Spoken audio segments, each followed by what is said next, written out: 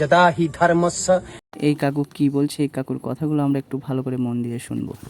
পাপ তার বাপকে ছাড়ে না।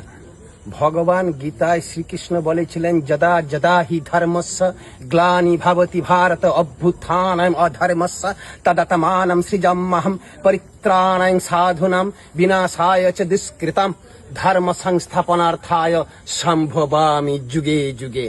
ভগবান শুধু এ কথা বলে থামেননি, ভগবান ইয়েও বলেছেন সর্বধর্মান্ন পরিত্যেজং মামেকং শরণং ব্রজ অহং তং সর্বপাপেভ্য মোক্ষয়ামি মা শুচ।